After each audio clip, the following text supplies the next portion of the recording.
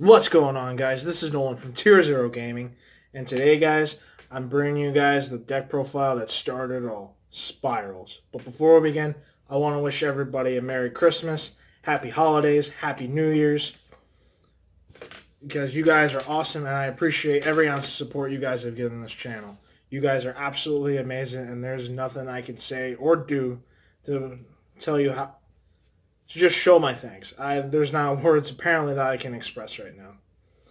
But I'm going to come back with you guys later in the week with a channel update, what I plan to be doing coming into the new year, deck profiles, and other content like that. And again, I just want to thank you guys. I was able to go from being a Tier 0 scrub to being Tier 0 gaming. And again, I just want to thank you guys for every ounce of support. And again, there's not an adjective that I could say that I cannot say the correct adjective right now. Just thank you guys. So anyways, without further ado, we're going to get into this. Ladies and gentlemen, please like, comment, and subscribe, and cue the intro.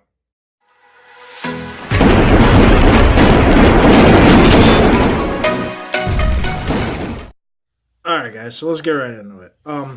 This is still pure going second Spyral. I tried different variables. I tried the Dark Warrior variable, where now you can hand loop for 6. I found it really good. Once I can find a more consistent build to it, I'll give a deck profile to you guys. Right now, it's a 60 card build with a connector, the PKs.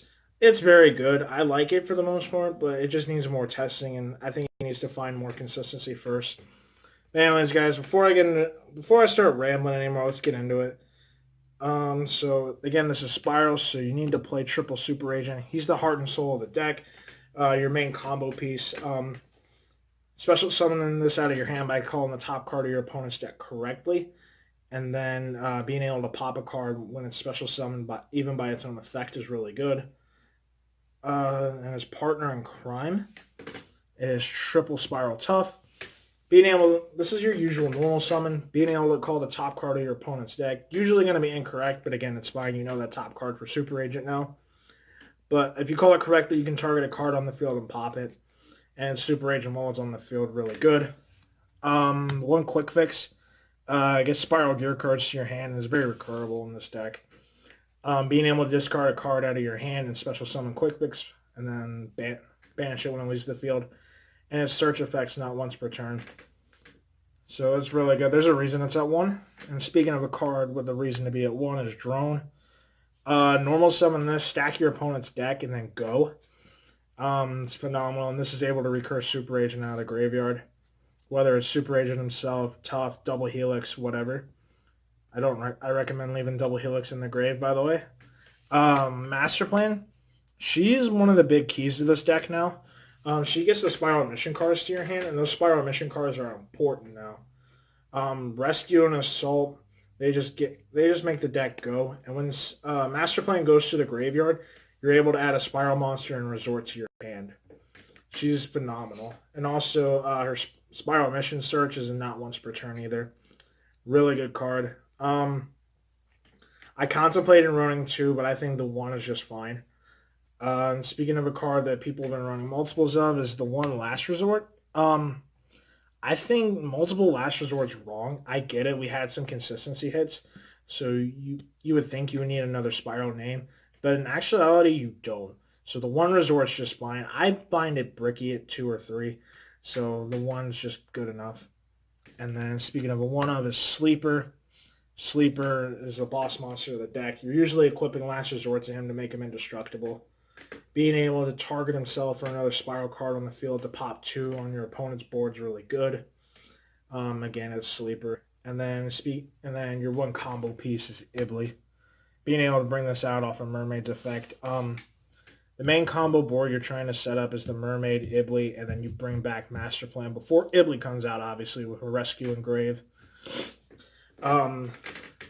Yeah, Ibly's your main combo piece. It's such a good, phenomenal card. And sorry about that, guys. My mat tube that was sitting on the floor just fell over, so ignore that.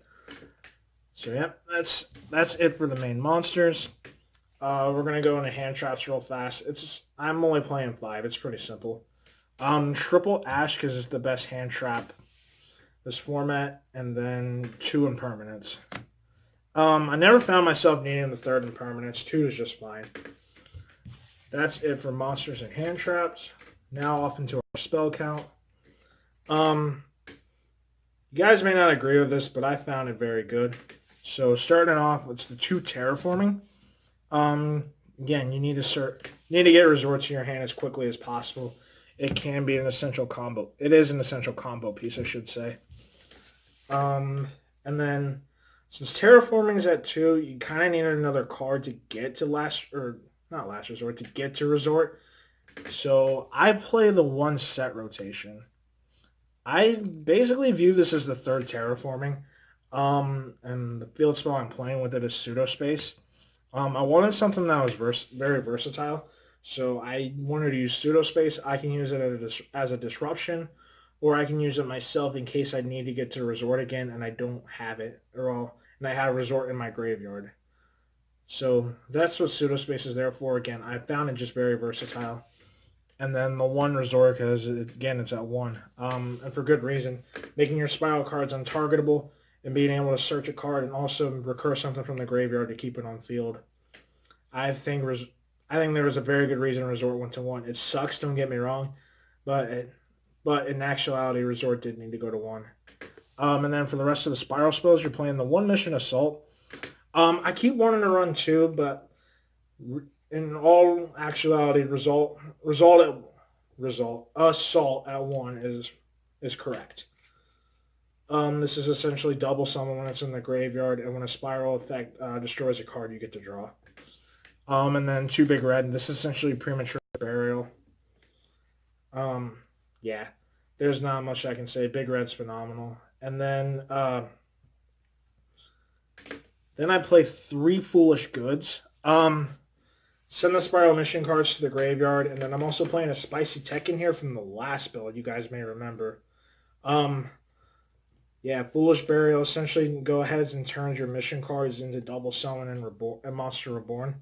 So I didn't see why not to play Foolish Burial Goods.